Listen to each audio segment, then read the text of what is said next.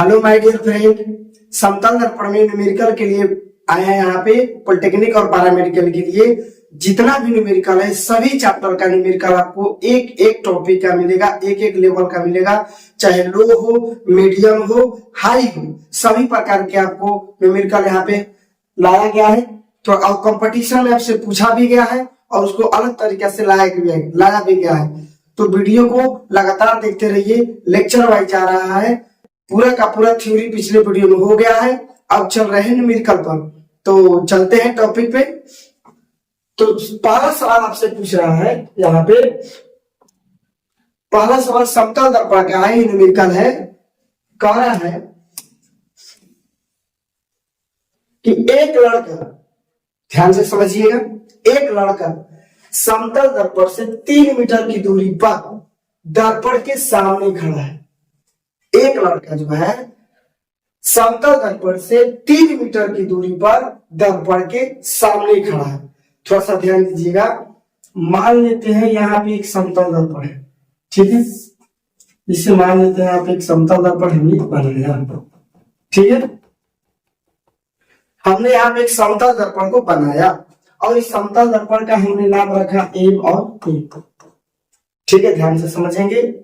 कह रहा है कि समतल दर्पण से 3 मीटर की दूरी पर दर्पण के सामने कोई खड़ा है, मान लेते हैं। तो ये हो गया दर्पण के सामने वाला भाग और ये हो गया आपका पीछे वाला भाग।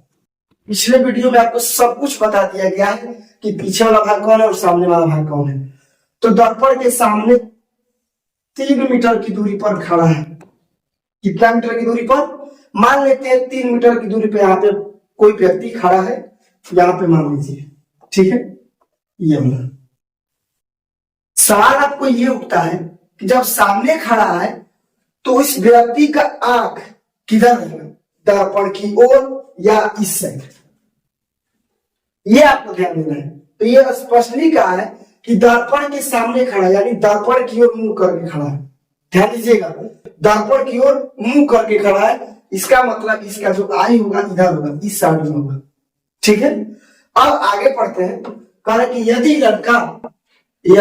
लड़का 1 मीटर पीछे की ओर गति करता है, यदि लड़का 1 मीटर पीछे की ओर गति करता है, मतलब पीछे बोल रहा है, यानी दर्पण से और दूर भागेगा, न कि आगे। यह स्पष्ट हो रहा है कि यदि लड़का 1 मीटर क्या पीछे की ओर गति करता है, यानी 1 मीटर और बढ़ गया, पीछे चला है, ठीक है। 1 मीटर और क्या है, यहाँ पे पीछे चला है। ये व्यक्ति 1 मीटर पीछे चला है। थोड़ा सा ध्यान देंगे, यहां से 1 मीटर, थोड़ा सा ध्यान देंगे। जब 3 मीटर की दूरी पर फर्स्ट स्थिति में खड़ा था तो इसका प्रतिबिंब कितना बनेगा, कितना दूरी पे? 3 ही मीटर पर बनेगा। कितना मीटर पर बनेगा? 3 ही मीटर पर बनेगा। और जैसे ही दर्पण से जहां पे वो खड़ा था वहां से 1 मीटर जैसे ही पीछे आया, इसका प्रतिबिंब भी 1 मीटर पीछे की हो जाएगा। ये समतल दर्पण का प्रॉपर्टीज है जो कि हम आपको पिछले वीडियो में पढ़ा चुके हैं। इसमें क्या है कि समतल दर्पण में जितना ही वस्तु को आगे रखेंगे उतना ही दूरी पर उसका प्रतिबिंब बनेगा, ठीक है ना, दर्पण के पीछे।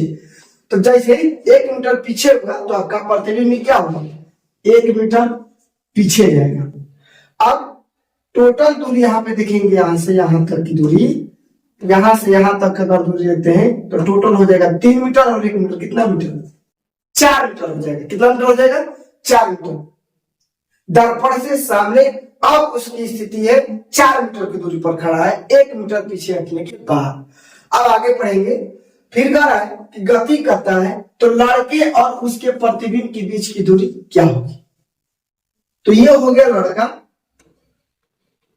ठीक है, और ये उसका हो गया प्रतिबिंब, ठीक है ना, ये उसका प्रतिबिंब हो गया। तो जब दर्पण के सामने 4 मीटर की दूरी पर लड़का जब खड़ा है तो उसका प्रतिबिंब कितना मीटर की दूरी पर खड़ा रहेगा?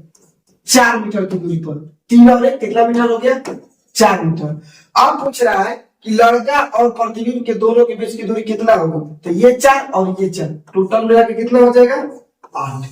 यहां से देखिए कितना मीटर हो जाएगा? 8 मीटर। ये सवाल आपको एग्जाम में पूछा था, पॉलिटेक्निक इंजीनियरिंग के एग्जाम में, ठीक है ना। तो इसका ऑप्शन क्या हो जाएगा? 8 मीटर, ठीक है। ध्यान से समझेंगे, इसी तरह एक एक करके क्वेश्चन को आगे बढ़ाते हैं, ठीक है। तो इसको समझ लीजिए और नोट्स बनाइए, उतारिए फिगर पूरा बढ़िया से, ठीक है। आगे बढ़ते हैं, दूसरा सवाल की ओर चलते हैं।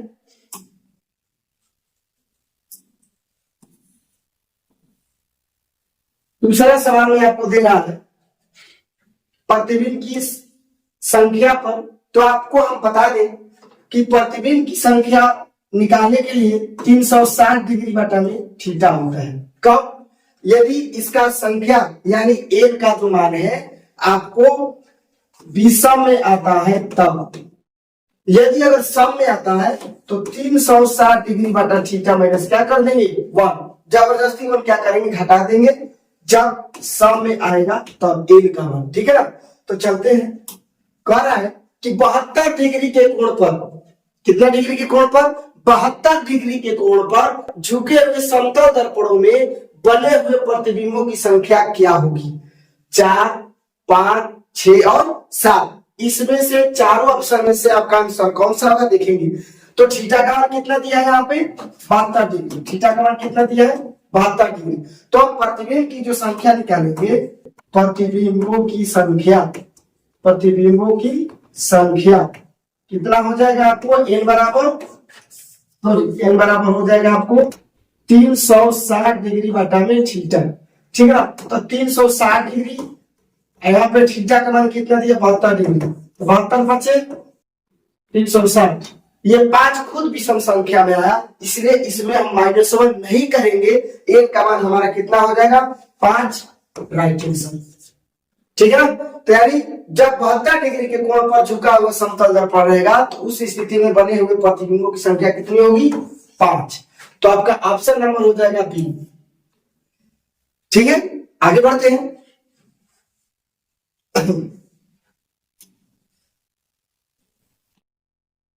क्वेश्चन नंबर 3 का रहा है,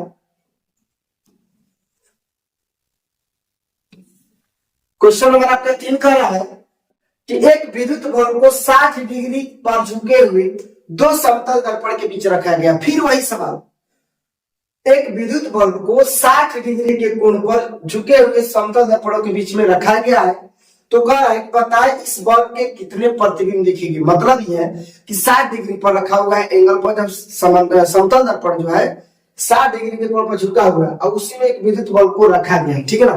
तो ये पूछ रहा है कि विद्युत बल्ब कितने दिखेंगे उस स्थिति में जब समतल दर्पण एक दूसरे के 60 डिग्री के कोण पर झुके हुए हैं।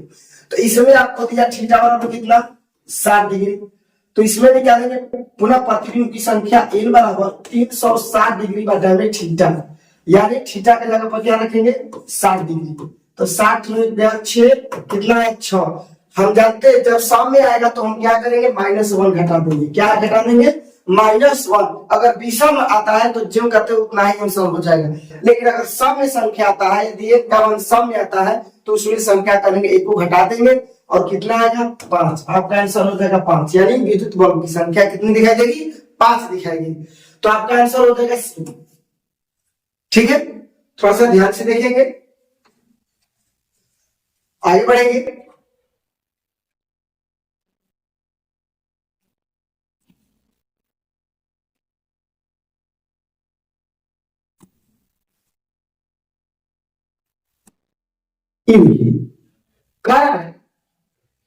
यदि दो समतल दर्पण को समांतर रखा जाए, क्या रखा जाए समांतर रखा जाए, यदि दो समतल दर्पण को समांतर रखा जाए तो उनसे बनने वाली प्रतिबिंब की संख्या क्या होगी।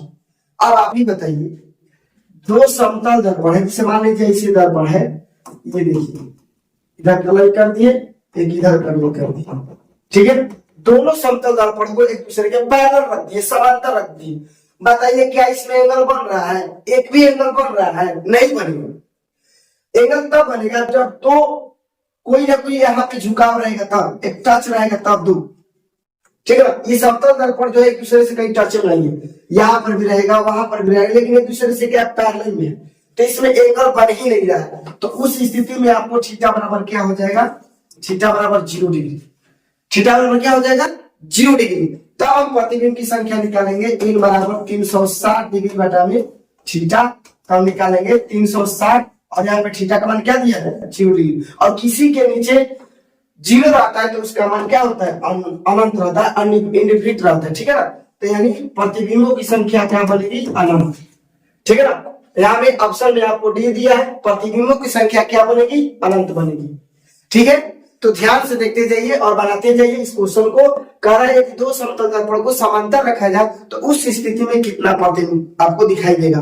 तो उस स्थिति में आपको थीटा बराबर क्या होगा 0 डिग्री, क्योंकि कोई दोनों समतल दर्पण के बीच में कोई एंगल आपको नहीं बन रहा है। तो इसमें 360 बटा में थीटा, 360 डिग्री बटा में 0 बराबर क्या हो जाएगा अनंत, ठीक है ना। इसलिए आपका आंसर होगा अनंत। ओके, अगला चलते हैं, ये रहा 5वां क्वेश्चन, ठीक है ना। देखते हैं, एक एक क्वेश्चन इंपॉर्टेंट है आपके लिए, थोड़ा सा ध्यान से देखेंगे। हाँ, ये कह रहे हैं कि दो समतल दर्पण के बीच का कोण कितना डिग्री है 50 डिग्री। कह रहे हैं दो समतल दर्पणों के बीच का कोण कितना डिग्री है 50 डिग्री, यानी थीटा बराबर कितना दिया 50 डिग्री। फिर वही बोल रहा है कि उनके बीच यदि कोई वस्तु को रखेंगे तो प्रतिबिंबों की संख्या कितनी दिखाई देगी। तो जब थीटा बराबर 50 डिग्री रख दिए तब प्रतिबिंबों की संख्या अंदर में क्या होगा 360 डिग्री बटे में 50 डिग्री, कितना डिग्री होगा 50 डिग्री। इसको अगर काटते हैं, इसमें काटने के बाद में आपको आएगा अप्रोक्स में 50, 0 से 0 कट गया 5.7.2, मतलब ये क्या है यहाँ पे थोड़ा सा देखेंगे ध्यान से, ये पूर्णांक में नहीं है, एन का मान पूर्णांक में नहीं है, ठीक है। या जब 7.2 आएगा इसमें तो इसमें क्या करेंगे n बराबर 7.2, ये n का मान तो पूर्णांक में है नहीं, ठीक है ना। तो इसको हम क्या करेंगे, नहीं इस काम करते हैं, इसमें से -1 करते हैं। जब -1 करेंगे तो 7.2 में से 1 गया कितना है 6.2, ठीक है। बात एक ही हुआ, आप 6.2 कीजिए तो कहने का मतलब इसमें n का मान पूर्णांक में नहीं आया तो हम अगला पूर्णांक वाला अंक ले लेंगे। तो 6 के बाद क्या आता है 7, जो कि पूर्ण है, पूर्णांक है, ठीक है ना। तो या तो हम ऐसे 7 रख सकते हैं या तो ऐसे रख सकते हैं। अगर 7.2 रहेगा तो विषम संख्या में है तो हम इसको राउंड फिगर में क्या कर सकते हैं 7 ले सकते हैं, क्योंकि n का मान क्या होना चाहिए पूर्णांक में होना चाहिए, इसलिए आपका आंसर होगा कितना 7। जब आपका कोई डिवाइडेड ना हो, अगर n का मान पूर्णांक में ना आए तो अगर विषम स्थिति में ये है, जिसे मान लीजिए 7.2 है, जिसे मान लीजिए 7.2 है, तो आपका विषम आंसर हो सकता है राउंड ले सकते हैं 7। लेकिन अगर 6.2 है तो आप इसका अगला वाला अंक लेंगे n का मान 7। थोड़ा सा ध्यान देंगे क्योंकि इसमें विषम संख्या लिया जाता है, ठीक है। अगर 7.2 आंसर आ रहा है तो इसको राउंड में अगर लिखेंगे तो आपका आंसर होगा 7। अगर वही आंसर 6.2 आता है तो इसका अगले वाला पॉइंट ले लिया जाएगा 7, राउंड फिगर में ले लिया जाएगा, ठीक है ना। n का मान पूर्णांक होना चाहिए। तो आशा करते हैं कि आप लोग समझ गए होंगे, ठीक है ना।